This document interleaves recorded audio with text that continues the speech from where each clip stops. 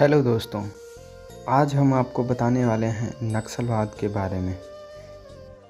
नक्सलवाद क्यों शुरू हुआ और इसके कारण इतनी समस्याओं का सामना क्यों करना पड़ रहा है, आज हम जानेंगे इसके बारे में पूरे विस्तार से। नक्सलवाद कम्युनिस्ट क्रांतिकारियों के उस आंदोलन का अनौपचारिक नाम है जो भारतीय कम्युनिस्ट आंदोलन के परिणाम स्वरूप उत्पन्न हुआ। नक्सल शब्द की उत्पत्ति पश्चिम बंगाल के छोटे से गांव नक्सलवाड़ी से हुई है, जहां भारतीय कम्युनिस्ट पार्टी के नेता चारू मजूमदार और कानू सन्याल ने 1967 में सत्ता के खिलाफ एक सशस्त्र आंदोलन की शुरुआत की। मजूमदार चीन के कम्युनिस्ट नेता माओ त्से तुंग के बहुत बड़े प्रशंसकों में से एक थे। उनका मानना था कि भारतीय मजदूरों और किसानों की दुर्दशा के लिए सरकारी नीतियां जिम्मेदार हैं, जिसकी वजह से उच्च वर्गों का शासन तंत्र और फलस्वरूप कृषि तंत्र पर वर्चस्व स्थापित हो गया। इस न्यायहीन दमनकारी वर्चस्व को केवल सशस्त्र क्रांति से ही समाप्त किया जा सकता है। 1967 में नक्सलवादियों ने कम्युनिस्ट क्रांतिकारियों की एक अखिल भारतीय समन्वय समिति बनाई। इन विद्रोहियों ने औपचारिक तौर पर स्वयं को भारतीय कम्युनिस्ट पार्टी से अलग कर लिया और सरकार के खिलाफ भूमिगत होकर सशस्त्र लड़ाई छेड़ दी।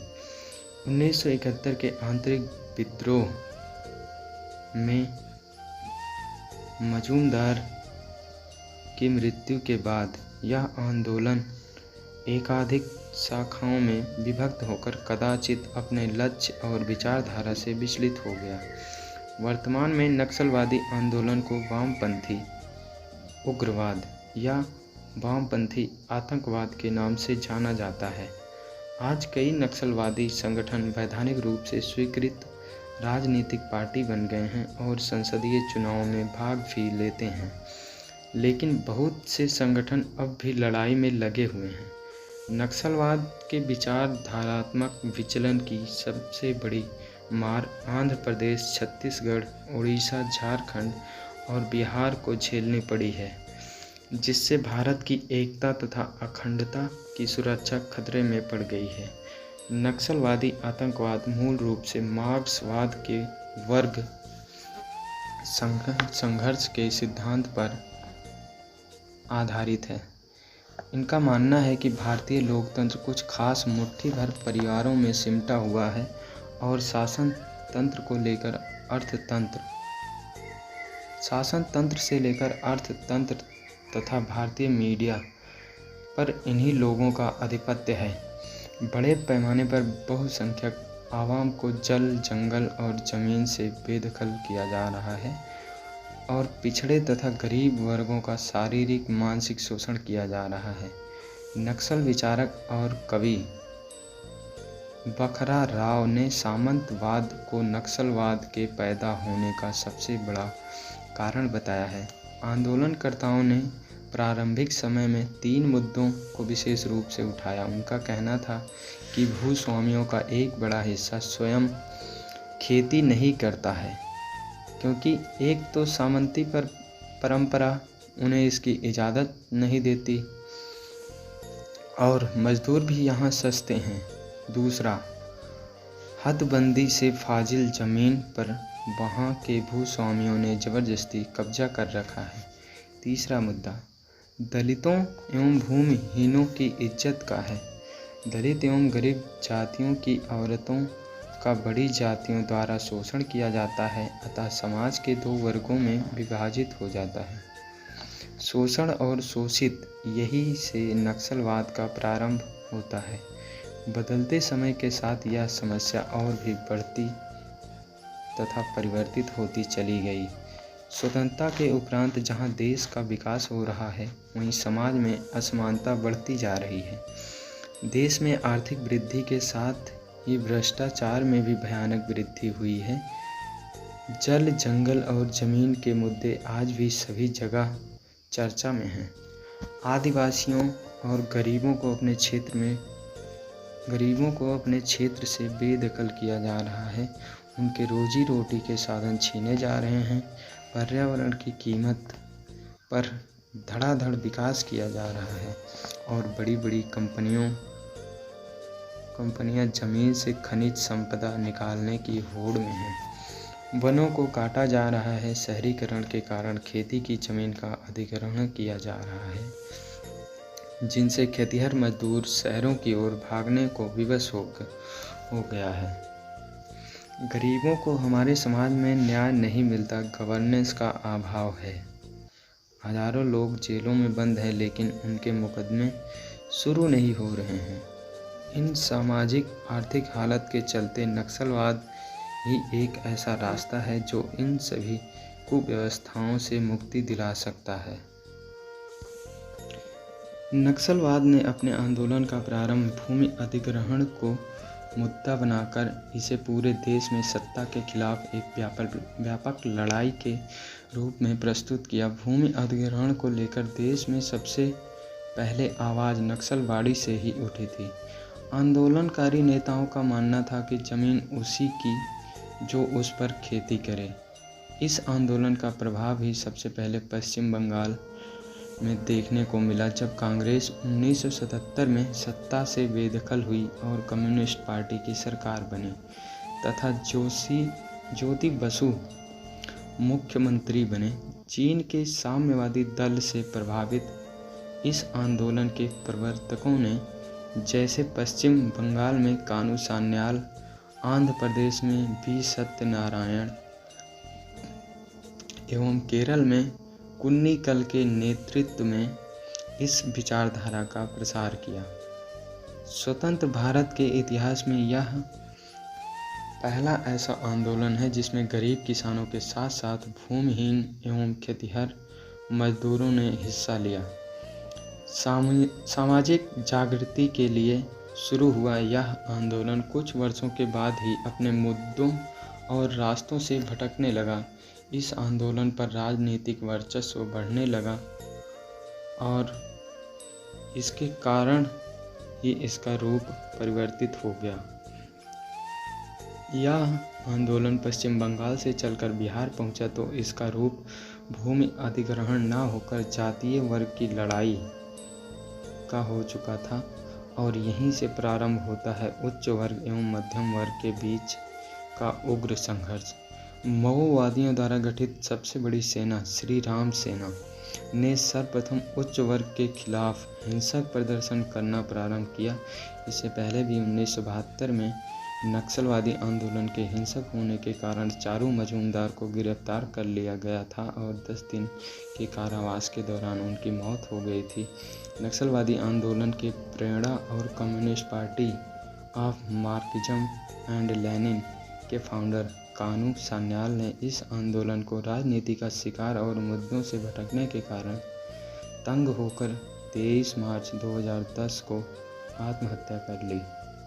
वर्तमान समय में भारत में कुल लगभग 21 राज्य नक्सलवाद से प्रभावित माना जाता है। भारत के कुल 600 से ज़्यादा जिलों में 250 जिले नक्सलवादी समस्या से जूझ रहे हैं, जिसमें पश्चिम बंगाल, बिहार, झारखंड, छत्तीसगढ़, उड़ीसा, आंध्र प्रदेश, महाराष्ट्र, कर्नाटक, तेलंगाना में हजारों लोगों की जानें जा चुकी हैं, जिसमें सुरक्षा बल के जवान एवं निर्दोष नागरिक भी शामिल हैं। फिर भी विश्लेषकों का कहना है कि नक्सलवादियों की सफलता का कारण उन्हें स्थानीय स्तर पर मिलने वाला जन समर्थन है। नक्सलवादियों का भी कहना है कि वे उन आदिवासियों एवं गरीबों के लिए लड़ रहे हैं जिनको सरकार ने दशकों से अनदेखा किया है। माओवादियों का दावा है कि वे जमीन के अधिकार और संसाधनों के वितरण के संघर्ष में स्थानीय सरोकार का प्रतिनिधित्व करते हैं। इन तर्कों के साथ नक्सलवादी गरीबों और शोषितों को इंसाफ दिलाने का दावा करते हैं। ये भारतीय लोकतंत्र पर विश्वास नहीं करते हैं और चुनावों का बहिष्कार करते हैं। वह अपने लक्ष्य की प्राप्ति के लिए सरकारी भवनों को उड़ाना, स्कूल और स्वास्थ्य केंद्रों को हानि पहुंचाना, सरकारी संपत्ति को लूटना, सरकारी कर्मचारी अधिकारी एवं राजनेताओं की हत्या एवं अपहरण जैसे साधनों का प्रयोग करते हैं और इसे लाल क्रांति का नाम देते हैं। 2050 तक यह देश में मजदूरों का शासन स्थापित करने का लक्ष्य घोषित किए हैं। इसके लिए 21 दिसंबर 2004 को पीपल्स फॉर ग्रुप और माओइस्ट कम्युनिस्ट सेंटर के विलय के बाद भारतीय कम्युनिस्ट पार्टी का गठन हुआ। इनका सैनिक संगठन पीपल्स लिबरेशन गोरिल्ला आर्मी है, काफ़ी मजबूत भी है। आज भी भारत की आंतरिक सुरक्षा के लिए खतरा बने हुए हैं। नक्सलवादी आंदोलनों के दुष्परिणामों में निर्दोष लोगों की हत्या, सरकारी एवं निजी संपत्ति का नुकसान, सरकार के इस उग्रवाद से निपटने के लिए खर्च किया गया धन एवं समय, सरकार के विकास कार्यक्रम में बाधा, आर्थिक नाकाबंदी के समय राज्य के उत्पादन केंद्रों का ठप होना, राजस्व की हानि आदि हैं। कुछ समय पहले छत्तीसगढ़ के मुख्यमंत्री ने एक साक्षात्कार में कहा था कि बस्तर में पिछले 30-40 वर्षों से नक्सलियों का ही वर्चस्व है, पर वहाँ गरीबी और पिछड़ेपन का मूल कारण भी नक्सली ही है। विकास की परिभाषा है कि वहाँ पर सड़कें बने, स्कूल बने, स्वास्थ्य केंद्र बने, आंगनबाड़ी बने, बिजली हो, संचार व्यवस्था हो, लेकिन नक्सली इन सभी का विरोध करते हैं। वे विकास करने ही नहीं देना चाहते हैं।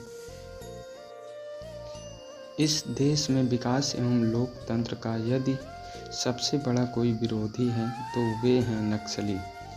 वैसे भी यदि देखा जाए तो नक्सली अपने को माओ से तुंग का अनुयायी मानते हैं, जबकि माओ एक राष्ट्रवादी था और सदैव राष्ट्रहित में कार्य किया करता था। लेकिन नक्सली तो उन वार इंडस्ट्री को प्रत्यक्ष या अप्रत्यक्ष रूप से लाभ पहुंचा रहे हैं जो इन्हें चोरी छिपे हथियार एवं गोला बारूद की आपूर्ति कर रहे हैं। अर्थात इनका क्रियाकलाप पूर्णतः राष्ट्र विरोधी बन चुका है। नक्सलवाद अथवा माओवाद की समस्या को कानून व्यवस्था की समस्या या सामाजिक एवं आर्थिक समस्या माना जाए, इस उलझन के स्थान पर एक कठोर एवं सुनियोजित रणनीति बनानी होगी। बंदूक के बल पर नक्सलवाद को समाप्त नहीं किया जा सकता है, इसलिए सरकार की नीतियों और नीयत में फर्क नहीं होना चाहिए, क्योंकि हिंसा किसी भी समस्या का समाधान नहीं है। सरकार को रेड कॉरिडोर क्षेत्र में विकास का कार्य ईमानदारी पूर्वक करवाना चाहिए ताकि इसका लाभ वहां के आदिवासी जनता तक पहुंच सके। इसके साथ साथ आदिवासी जनता के लिए लोक कल्याण का कार्य एवं उनके मौलिक अधिकारों को ध्यान में रखकर आगे बढ़ना होगा। सरकार को उस क्षेत्र में भी बुनियादी सुविधाएं उपलब्ध करवाना होगा तथा वहां के बेहतर प्रशासन के लिए ईमानदार, जिम्मेदार और निडर अधिकारियों को नियुक्त करना होगा। वहां गरीबी अमीरी का भेदभाव समाप्त करना होगा। वहां के लोगों को रोजगार उपलब्ध करवाना होगा तथा उन्हें समाज एवं राष्ट्र के मुख्य धारा से जोड़ना होगा। विकास के लिए आदिवासियों की ली जा रही जमीन के बदले उन्हें उचित मुआवजा देकर उनके हित के अनुसार रोजगार एवं आवास उपलब्ध कराना चाहिए।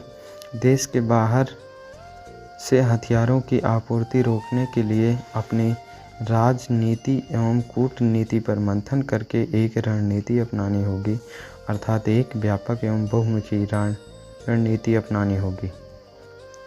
इस प्रकार नक्सलवाद का उद्देश्य समाज के लिए हितकारी होकर भी गलत साधन के प्रयोग के कारण समाज एवं देश के लिए हानिकारक सिद्ध हो रहा है। महात्मा गांधी ने कहा था कि जीवन में सफल होने के लिए साध्य एवं साधन दोनों का पवित्र होना जरूरी है। जिस वर्ग के शोषण की रक्षा के लिए नक्सलवादियों ने सशस्त्र आंदोलन चलाया था, आज वह अपने लक्ष्य से भटक गया है तथा उनके द्वारा उन्हीं वर्गों का शोषण भी किया जा रहा है। आज आदिवासियों एवं गरीबों का जीवन काल नक्सलवादियों एवं सुरक्षा बलों के बीच इस तरह पीसा जा रहा है कि नक्सल प्रभावित क्षेत्रों में उचित विकास आज तक नहीं हो पाया है। सरकारी सहायता एवं अनुदान घूम फिरकर नक्सलवादियों के हाथ में ही चला जा रहा है। इसलिए नक्सलवादी आज के समय में उन गरीबों का ही शोषण कर रहे हैं जिनकी रक्षा के लिए वे अपने कार्यों को सिद्ध ठहरा रहे हैं। वे उन गरीब नाबालिग बच्चों को ज़बरदस्ती गलत मार्ग पर लाकर सैनिक प्रशिक्षण दे रहे हैं तथा अफीम आदि की खेती को बढ़ावा देकर उनको नशेड़ी बना रहे हैं। वे आदिवासियों को डरा धमका कर अपने हित साध रहे हैं तथा उनका इस्तेमाल सरकार के खिलाफ कर रहे हैं, जिससे इनका जीवन जड़वत हो गया है। इस प्रकार नक्सलवाद आज देश एवं समाज के लिए अभिशाप बन गया है। इसके निराकरण के लिए कठोर एवं सुधारात्मक दोनों ही दृष्टिकोण अपनाना होगा।